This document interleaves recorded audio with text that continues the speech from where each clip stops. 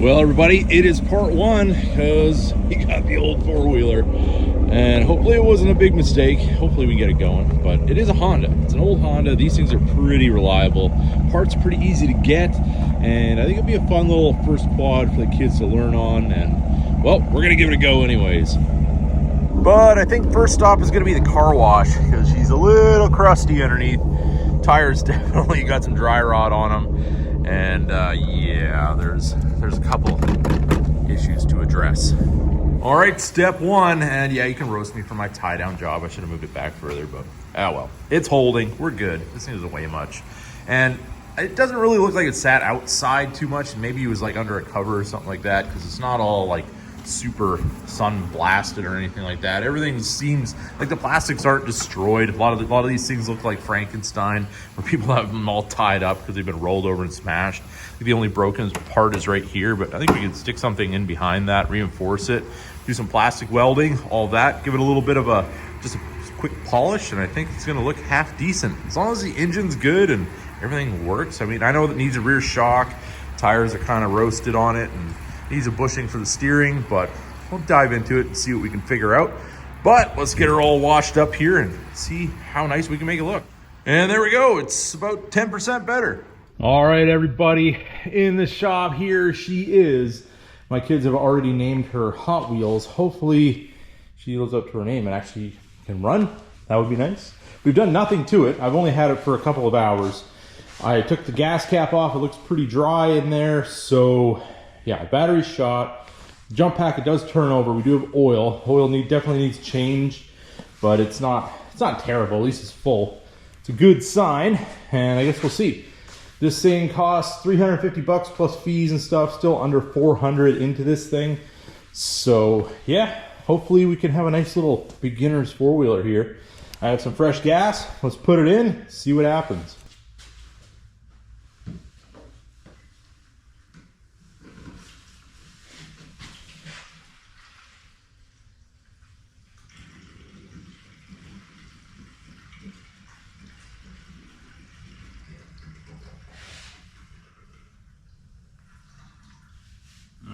Got quite a bit of good fuel in there now.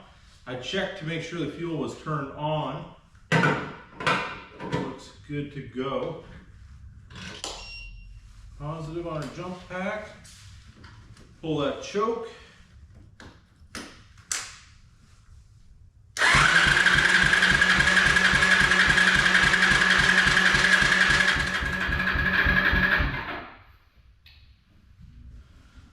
Nothing just yet. But I think I'm going to give it a little sniff of brake clean.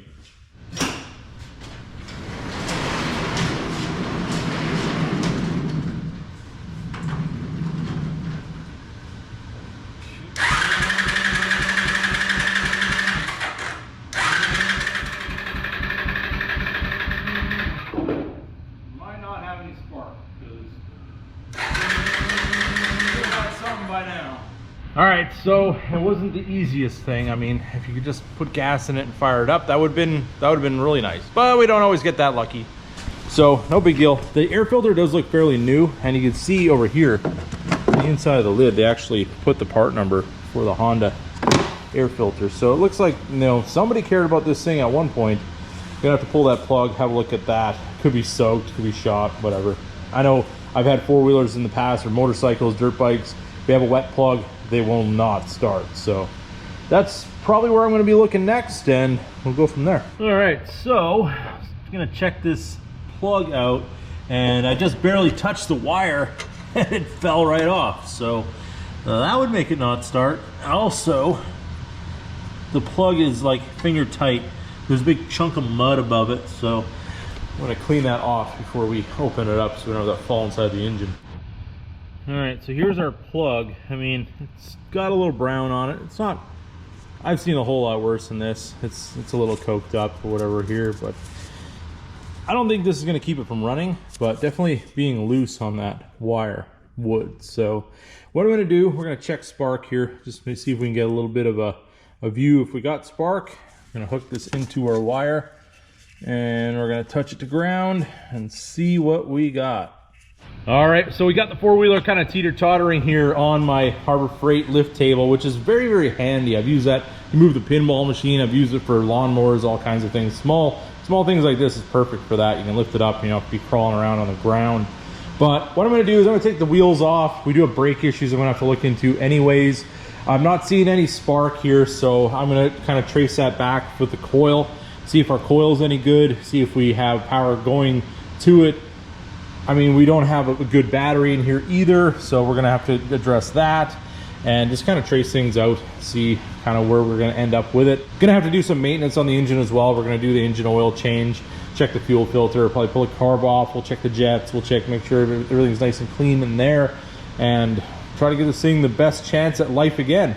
All right, so wheels are off, and I just kind of had a quick look here at the front. It does look like we have some fairly new cotter pins here. Maybe they're in there doing some bearings at some point. But what I'm gonna do is I'm gonna take the front plastics off, just because I have to get this piece off here anyway. That's where the coil is right behind it. It's gonna be a lot easier to get at. I kind of want to take the plastics off anyway, just so I can kind of get in, kind of see if there's anything that's been chewed or anything that needs addressed. It's just gonna be a lot easier to see without all the plastics in our way, and then I can take it and pressure wash it and get it all looking pretty decent, so we can go ahead and get it muddy all over again. But I noticed a little bit of wear here in the rear end. If you lift up on this guy here, we got some play in there. The sprocket looks pretty worn, and the chain's fairly loose too. So I'll probably end up getting a new sprocket, new chain, just to make that all freshened up. Get a new bearing for the rear, and once we get the engine and everything running, all these things we can kind of tackle one by one. All right, so I did a little bit of troubleshooting here just to try to see. I'm not getting any power to the coil, and that could be our CDI box right here. So they're like 11 bucks. I figured, you know what, we'll just order one up and see what happens, and hopefully that's it, because that would be pretty easy. I have a sneaking suspicion that this thing was somewhere, because it has somebody's name on it with a little like dealer tag, like they had it worked on, or they were gonna have it worked on, and maybe they told them, oh, well, it needs a bearing in the back, it needs, you know, this bushing up here, it needs the brake cables, and it probably needs wheel cylinders and all of that. And by the end of the day, you're probably going to spend more than this thing's worth. And they're like, yeah, you know, whatever. We thought we could get it running and have it to be something we could use. We would fix it up, but if it's not worth it, we'll just, you know, take it to the auction, get rid of it. So that's fine. That's exactly why I was into it, because I was like, well, you know what, if it's something that somebody else could fix, hopefully we can do a whole lot better job with that and have something fun to go rip around with. Because you know what, these things, I remember these as a kid, and they were so much fun. So why not have my kids get to enjoy that fun too? All right, so it's the next day, and I came into the shop and I could smell gas pretty badly, and I noticed another little issue that we're having over here, which is I kind of noticed this already yesterday. There was a bit of dried fuel or whatever over here on the engine, and you can see the bottom of our valve for the fuel tank is leaking. So that's probably why it had no fuel in it, which is actually not a bad thing, because then hopefully all the varnished fuel and everything ran out of it instead of sitting in there and us having to do a bunch of cleanup. And it didn't really look like there was any rust inside, so that's a good thing as well. But I'm gonna pull the fuel tank off, take it outside, and yes, I don't want that smell in the shop while we're waiting for parts for this thing. So that's gonna wrap it up for part one of our little Honda rebuild here, getting this thing running. Definitely stay tuned for more episodes coming, and drop in the comments, what do you guys think of our little project here, and is there anything I should be looking for? Do you guys have some knowledge that I don't know about? I'm kind of new to these. This is the first one I've ever owned, so all that stuff would be helpful as well in the comments section. But with that being said, I hope you guys enjoyed this video. If you did, don't forget to give it a big thumbs up. If you're new to the channel, hit that subscribe button, and as always, keep that hammer down. Got a little picture with